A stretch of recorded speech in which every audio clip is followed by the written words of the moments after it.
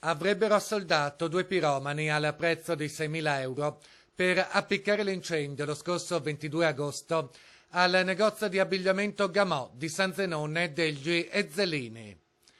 Un danno da 300.000 euro al fine di riscuotere i soldi dell'assicurazione ed appianare i debiti.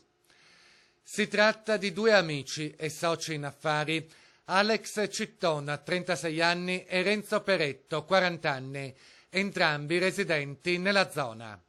A risolvere il caso, i carabinieri di Castelfranco, in collaborazione con i colleghi di Onadi Fonte, che lunedì scorso hanno arrestato anche uno dei due esecutori materiali. All'inizio abbiamo notato molte incongruenze.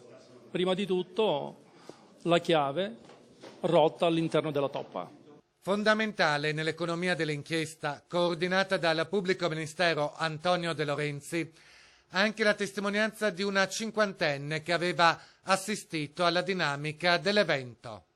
La collaborazione da parte della gente è un bene prezioso che non è mai troppo. Già lo scorso luglio i due amici avevano tentato di truffare l'assicurazione, versando 20.000 euro a Salvatore Levacca per simulare un furto da 100.000 ai danni di una stireria, sempre gestita da Alex Citton, difeso dall'avvocato Fabio Pavone.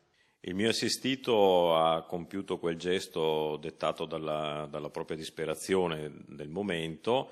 Comunque in ogni caso poi ha saputo fornire una confessione piena che lo ha sicuramente riscattato sia davanti all'autorità giudiziaria che alla sua comunità.